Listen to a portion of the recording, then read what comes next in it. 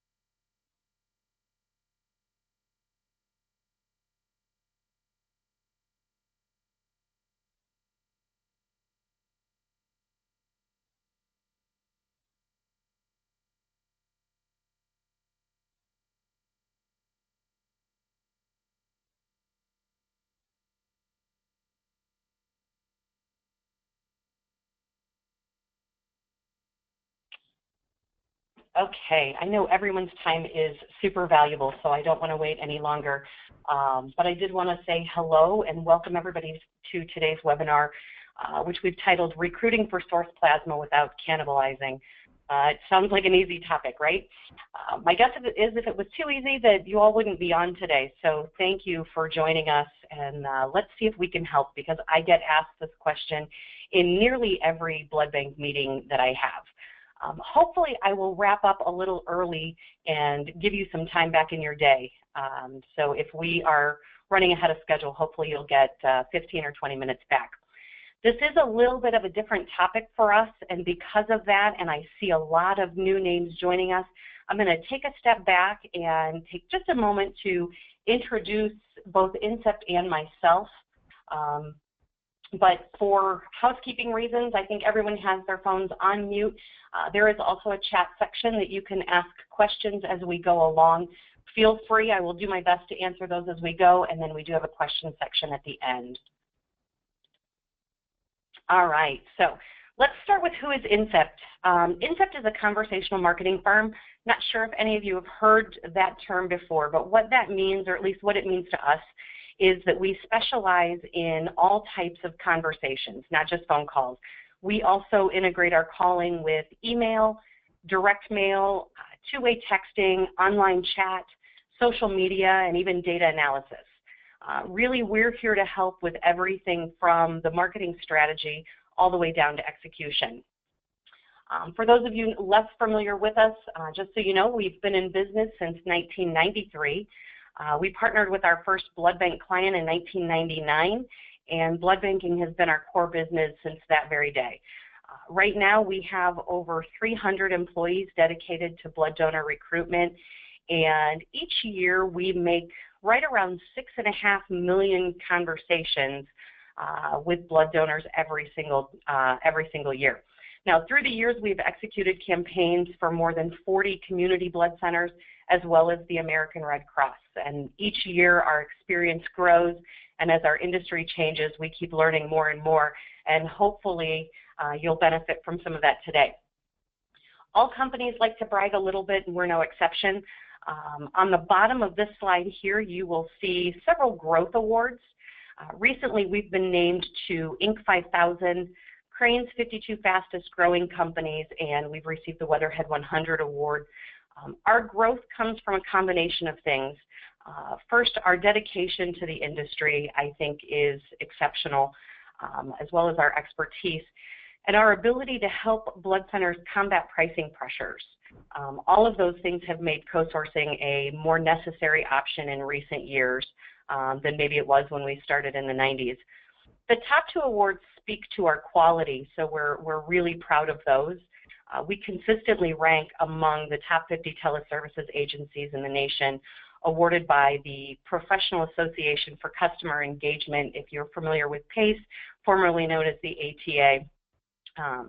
The award we're most proud of, though, is the one on the top right. This is the Top Workplace Award, which we have won for 6 years in a row now. This is an anonymous survey that's distributed to all of our employees, and it asks our staff to evaluate what it's like to work for Incept.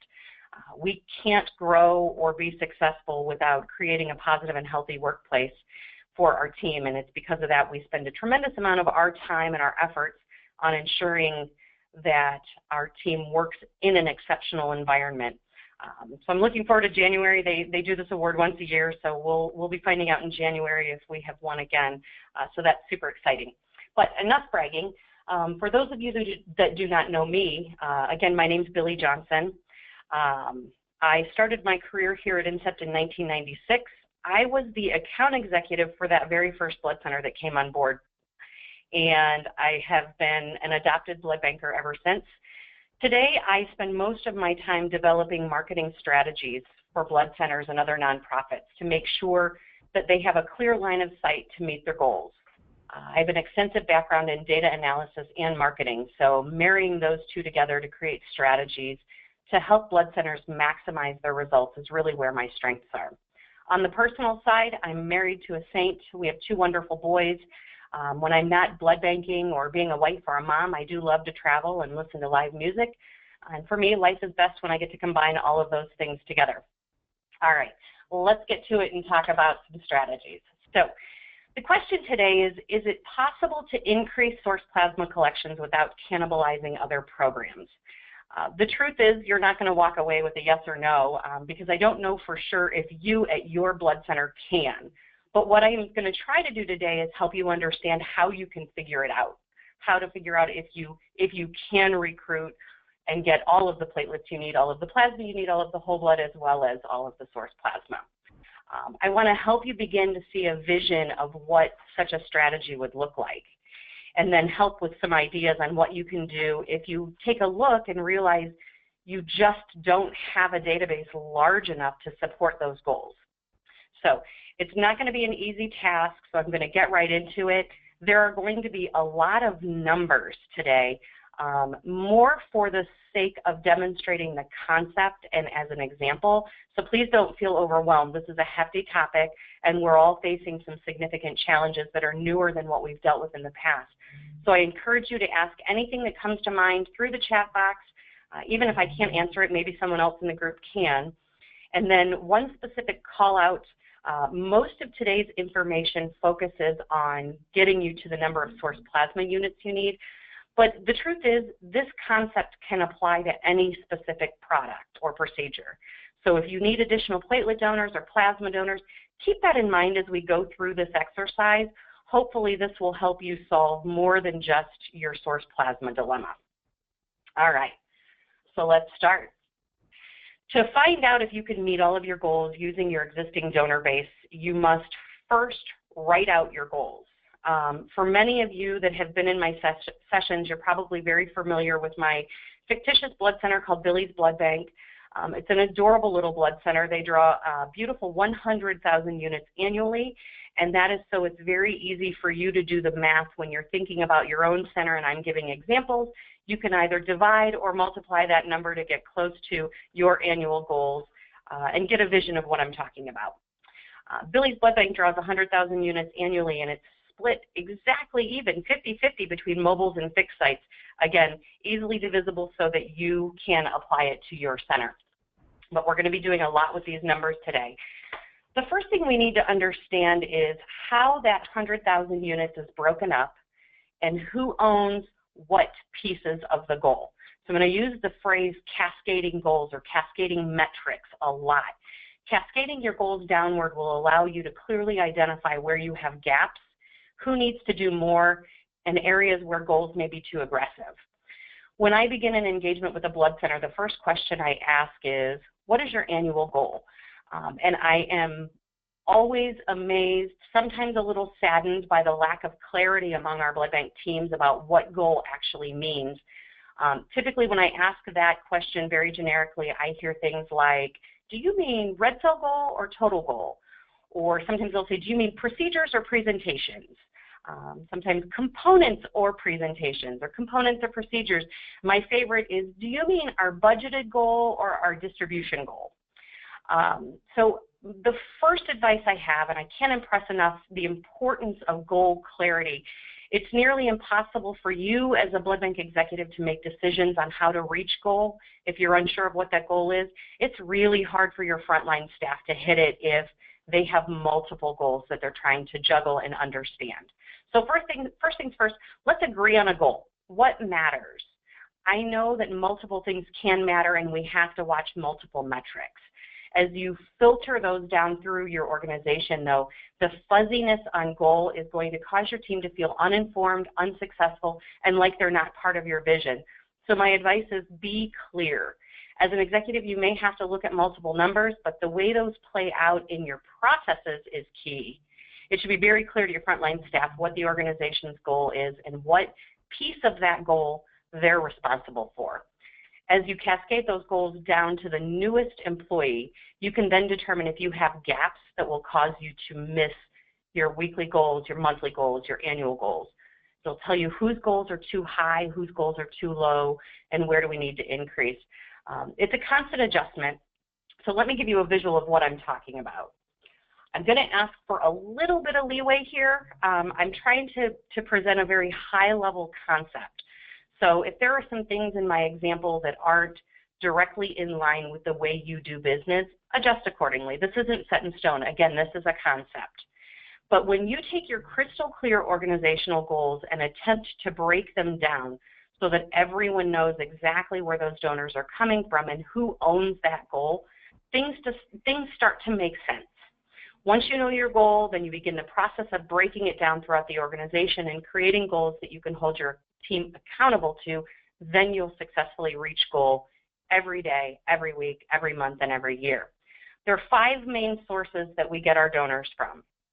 First, our sponsors or coordinators. Very simply, this is our mobile side. Next, at the centers, we must have a solid bedside recruitment program. Bedside recruitment is virtually no cost. They have a great show rate, and as donors are less likely to answer their phone, this is our chance to get donors to commit. So if you haven't invested in sales skills and marketing collateral to arm your staff for a successful bedside program, my advice is make a little asterisk on your notepad right now and begin to develop a bedside recruitment program. We're going to talk a lot about these 5 categories as we go. Third, telerecruitment. On average, telerecruitment drives in about 30% of your overall center's collections. Today, nearly every center has an online presence that allows donors to self-schedule. So you're sending emails, you're pushing out social media, your marketing team is doing a really great job of getting the message in front of your donors, either mobile phone, iPad, or computer. So we need to recognize that that's a source where we're getting our donors. Nationally, we're seeing about 10% of our units coming from donors self-scheduling. And last but not least, our failed attempt at all of our marketing efforts to get someone to schedule are our walk-ins. Our goal is to minimize this and make this number as small as possible because really we all benefit when we know the donors are coming in, and the 4 previous categories should all have appointments so that we can count on them. If anyone's joining us today and hasn't seen a breakdown like this and you're using eDonor or HemaConnect, I do believe you have a units by source report available to you. You may need to tweak it, you may need to work on it, but it can help you baseline where you're at. I've received it from several centers that have pulled it out of those 2 CRMs, so I know it exists. You may just need to work with your respective account rep to get it, but it's absolutely worth it so that you can start seeing where you're at. This allows you to see organizationally where those units are coming from, and you should know at the department head level who owns each goal. So for example, for our sponsors, I think most of us have this goal pretty much in place. My only suggestion for change here is often our mobile appointments are done on manual sign-up sheets and they don't make their way into our CRM. For planning purposes and so that we have a clear line of sight to where our deficiencies are, we have to get those appointments into the CRM. So help your mobile team educate their sponsors and get those appointments input it into eDonor or HemaConnect or whatever CRM solution you're using and kind of get rid of those manual sign-up sheets. Bedside, I know our collection staff has a lot on their plate. I know they're technical in nature and not salespeople. I'm also fully aware that their #1 priority is safety and compliance. However, I also think that they're extremely capable, they're fast learners, and they have this amazing donor with a giving heart tethered to a chair for a period of time, and we need to figure out what the roadblocks are that prevent them from developing successful bedside recruitment programs and then empower them to chase down that goal. Centers that embrace this can reduce the cost per donor to recruit and really improve procedure placement because they're the most qualified to talk to the donor about their blood type and what procedure is optimal. It's just the best place for us to invest in right now, but they must be given a goal. In this case, in the case of Billie's Blood Center, the goal is 1,458, and they must be held accountable for hitting it. Next is telerecruitment. Whether you're doing this internally or externally, there should be a very clear goal. I often hear, get as much as you can. How many donors would you like? As many as you can get out of this file I'm giving you. That's not really a goal. Call more frequently, those aren't goals. Put the pedal down, not a goal. 2,501 units per month, that is a very clear goal, and at the end of the month, we know exactly whether we hit goal or not. We know exactly whether we have met the telerecruitment contribution to a blood center. Self-scheduling, this is a huge change for many blood centers, and I know if any of you are in the marketing department, this can ruffle your feathers a little bit, but we need to look at it a little different. Our marketing departments are sending emails, they're posting on social media, they're buying Google AdWords, advertising on Pandora. In each of those instances, they're reporting back the success of those programs, but not necessarily in the way we need them to. They'll say, we sent 10,000 emails and we had 200 opens or 300 clicks, so forth and so on. Therefore, our email campaign was a success. That's the equivalent of falling down at the finish line. We need to know exactly how many donors donated off of those emails, not how many opened, not how many clicked. We need to set a goal and hold our marketing team accountable for driving in a very specific number of donors. So how many donors clicked a link, scheduled an appointment, and showed up? Then we can hold the marketing team accountable for the 833 donors we're counting on them for each month. Hopefully this is making sense. This is just the first slide. It's a high-level breakdown. We're going to keep driving down to see if we can figure this all out and see if it will help with source plasma recruiting. So next, after you know your overall goals, we're going to look just at our fixed site goals. If you recall, Billie's Blood Bank had annual goals broken down by fixed sites versus mobiles, 50-50. Using that same philosophy, take your fixed site goals and determine what goals are needed by each of the sources responsible for driving in the unit. So you'll see here, there are no mobile coordinators. There's no sponsors. I've used the same other categories, though. So as a percentage, bedside should drive in 35% of our total center collections. If you remember on the previous slide, it was only 17% of our overall goal, but now we're just looking at the half that the fixed sites are responsible for. So there, it's 35%. And that equals 1,458 monthly units. Telerecruitment is used much more on the fixed site, so we expect TR to bring us half of our fixed site donors. 10% or 417 donors come from self-scheduling, and then that same 5% that would be walking in. Again, I know this is a ton of numbers. I certainly hope I'm not losing anyone. If you think of it as a flow chart and you see your overall goal at the top, we're just breaking it down. We're going to keep trickling down row by row. I know we're talking about source, and that's only happening at fixed sites for the most part, but since I have the numbers, I don't want to leave anybody wondering what it looks like on the mobile side.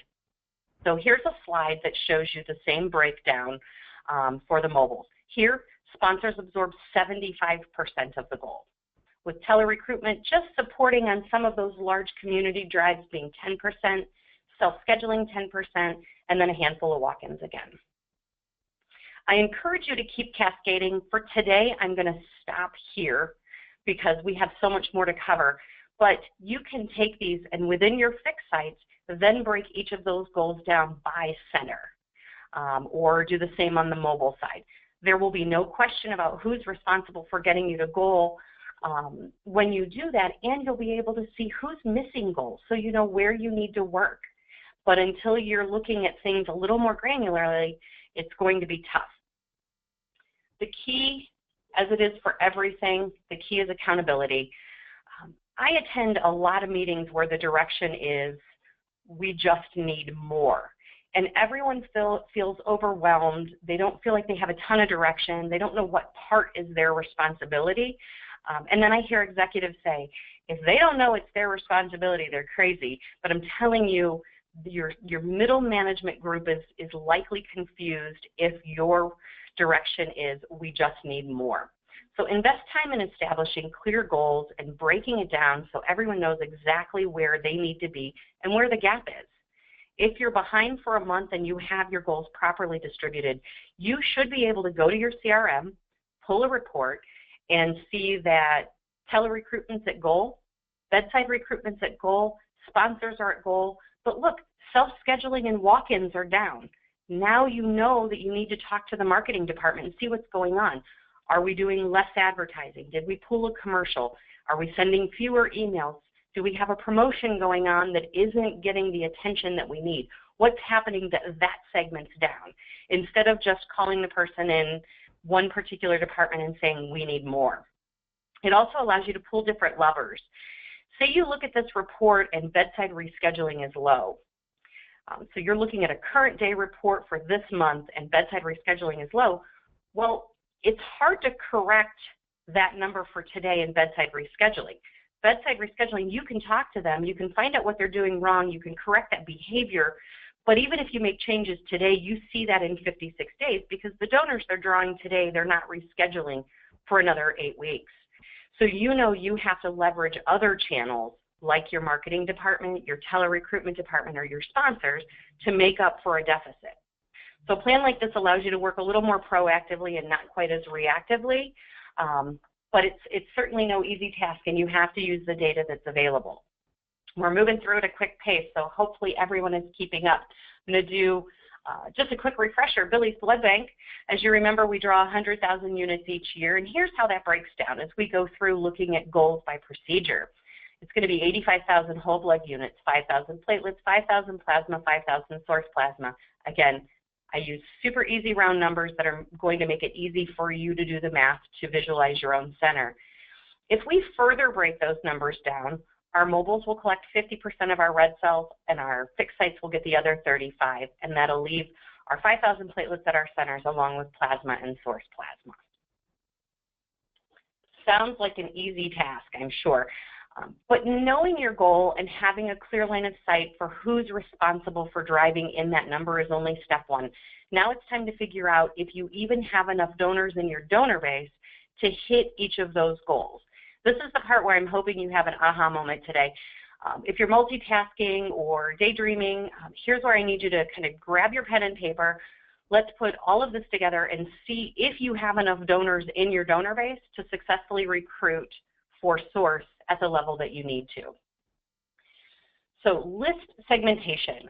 List segmentation is a tremendous challenge or deficiency for nearly every center I've worked with. Our IT department is busy running a blood center, and it's hard to get the data analysis that we need to be successful, but it's key. There are conflicting opinions, and almost everyone thinks their way is correct within the blood center, and then we have our CRM providers who they think they have a way of looking at it. I don't take sides. I have a totally different approach that differs from most of the others out there. So I'm going to talk a little bit about kind of my way of looking at things, and hopefully that will spark some creativity. Our general approach is pull one list of donors that are everyone that is eligible for a dial. You know, up until now, our general approach is pull a list of fixed site donors that are O negative, that have given 2 times, so forth, so on, so forth, so on. We just continue to add criteria to hone down to the most specific list we can get to optimize performance. The problem is we're whittling those lists down to negligible numbers that are too small to make an impact. So we're changing the way we're thinking to hopefully increase the size of that list so that we can mine from those donors that don't fall into those segments to increase the size of the list we're targeting for some of the other procedures. So our goal today is to put as few query criteria on the list as possible to make our list as large as we possibly can. So that said, pull every donor in your donor base that's eligible. That's it. No criteria, nothing. I don't care if they have a phone number. We have a marketing department that's doing a great job of marketing to donors without phone numbers, through email, through social media. We're going to integrate our marketing efforts, and to do that, we need the largest list possible. So don't segment with the end in mind. Let's make what you have work for us. Because I'm throwing so many numbers at you, I'm going to do a quick recap. We know our goal. We know how it breaks down between fixed sites and mobiles. We know the exact number of units we need from every contributing source. And as a whole, we know at our mobiles and our fixed sites, we just need to figure out if we've got the donor base to support it. So when I pulled that general list of all of the eligible donors for Billie's Blood Bank, I actually found that I had an eligible donor base of 500,000 donors. Now that's a total that includes current donors, lapsed donors, and super lapsed donors. You're going to love my simple math again. But we know if you combine all of our marketing efforts, we get roughly 1 donor for every 60 that we market to. That means if we have 500,000 donors in our entire donor base and we are just hitting goal, then there's no room to squeeze anything else out of there. Make sense? So this seems like a lot of donors. It really does. When you think that you need 100,000 and you have 500,000, why wouldn't that be enough? But what I hear from many centers is that we're barely hitting our whole blood goal. They can always use more platelets or plasma, and they're not anywhere close to supplying the amount of source plasma that they had committed to. And their tele-recruitment team says that they're getting through all of their call lists every day. Marketing says they're sending out emails and they're getting creative and they're doing as much as they can. In most cases, I found this to be not quite the case. This is not because your team is not telling the truth. They are telling you what they know. What I'm hoping to do today is show you that there are some things that they may not be aware of or some new ways of thinking that could help them get more from their existing donor base. We all know there are a couple gimmies out there that we can go to for source. So we'll get those out of the way. For golfers, that's a gimme. Deferrals are good if you schedule them or can draw them. That's creating some issues for some folks. But deferrals are good, and that, you know, those, we're dealing with the limitations within there. Donors that we can't get platelets from because of trolley. We really don't need their red cells. They're also a segment that we can use. The problem is with these two, even when you combine them, they're not even close to giving us enough donors to reach our source goals, and we kind of thought they would be. So how do we get there? Get the gimmies out of the way, and let's talk about how you can plot your count of productive donors per record by blood type, by last procedure, and by gender to see, when you sum them up, if you have gaps or if you have enough donors to get you where you need to go. So as confusing as that may sound, take a look at this chart. I should mention this entire webinar is being recorded and is going to be sent to you. This is kind of where the rubber meets the road, so to speak, so I don't want anyone trying to write and miss some of the explanation. We will get it to you. But as you can see here, I have my blood types down the left-hand side. This first example is just my current donor database. And what I've done is I've taken the number of total donors and said, okay, if it takes me 60 donors to get 1, how many donors will I get in each of these categories by blood type, by gender, and by previous procedure? So you see, I can get 659 males that are A-POS that have never done automation. And no one needs that many red cells. So I built this report for each blood type, gender, and past procedure so I can look and see exactly what I have in terms of resources. Please keep in mind, this is a forecast of units we can get, not donor counts. Okay, that's a much, much larger number. Next, let's take that same chart and determine something a little bit different. let's look somewhat statistically, somewhat statically, to see what is the ideal procedure for the donor in that category. Some of these change and it needs to be fluid. I totally agree, but we have to start somewhere. So this lays over the previous slide so that you can see how many donors can we get from that category by the procedure that we're trying to get them for. So those 659 A-pos males that we were looking at are obviously an ideal target for platelet conversion in our current donors. It is no surprise that all of our own eggs are targeted for double red cell, but we have a few pockets where we could potentially gain a little larger base for source plasma. Those are highlighted in yellow. We see here that A-pos females that have previously given plasma or double red cells could make good source candidates. Maybe even O-pos previous plasma donors. We know they're open to automation. We know from our previous chart that we'll have enough red cells from our base of current donors with no previous automation history. So let's target our O-pos previous plasma donors for source. This idea is getting a little more granular, and it's looking at each segment to make sure you have enough donors in that particular category to hit the goal you need by procedure.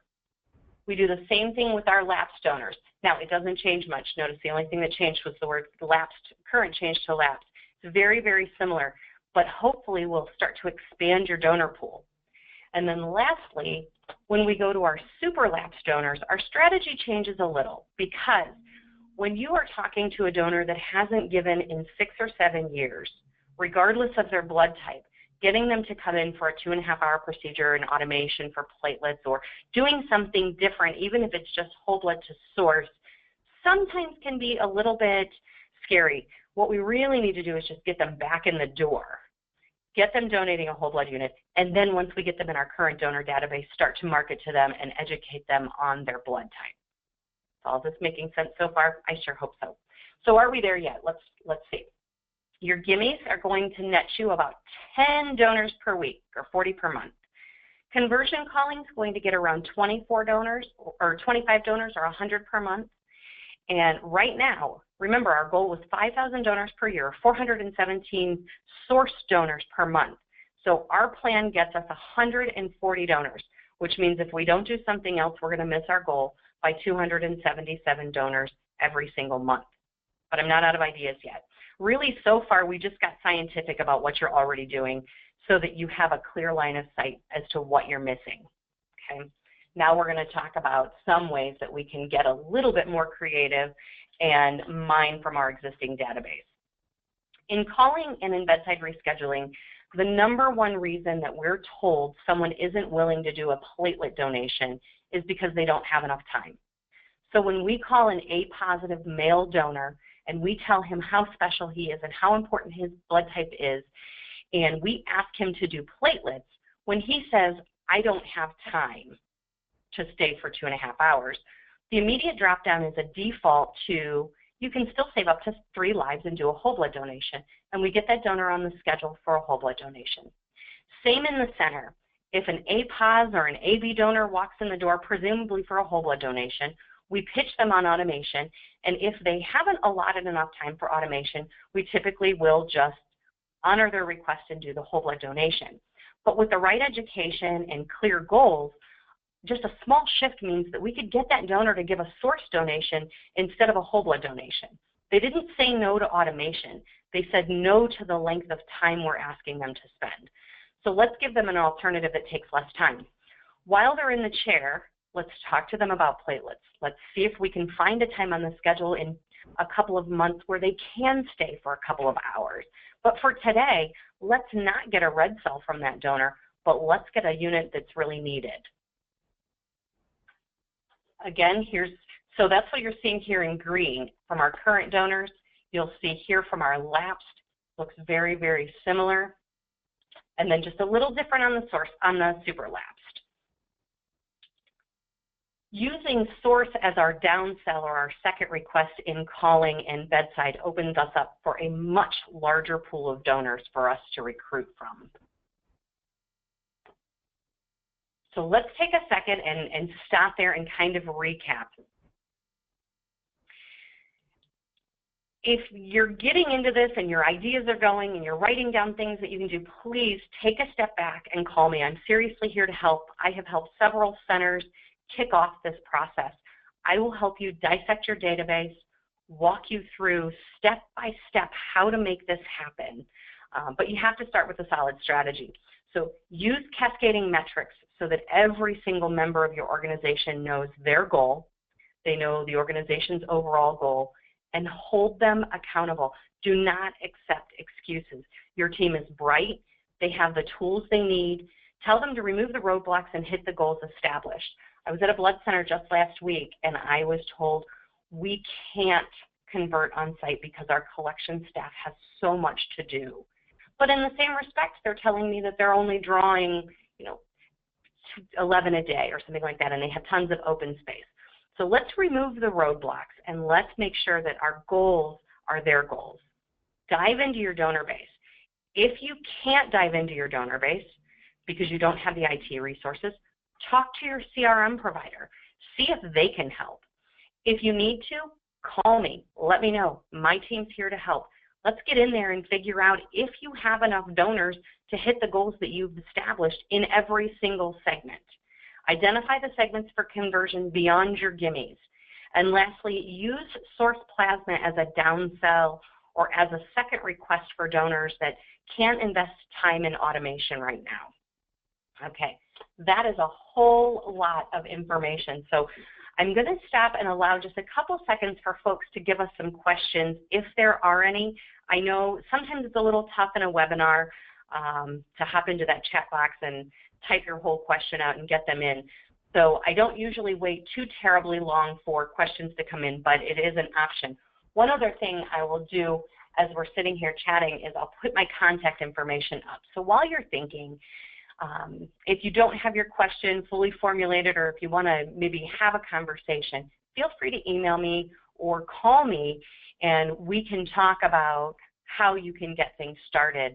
The key really is it's about knowing your goals, knowing what's in your donor base very specifically down to blood type and gender, knowing how many donors it takes to produce a successful unit, and then finding those pockets where you have extra donors that you can mine from to take that segment and move it over to source. All too often we say, let's take a list of blank, and it's a whole list in its entirety. What we need to start thinking of is, okay, I need 12,000 donors to market to reach my platelet goal. Everything else we can use for my source goal. So that may give you an extra 3,000. But we've got to start expanding the sizes of those lists. Looks like we don't have any questions coming in so far. So it looks, and I'm right on target with the 20 minutes back in your day.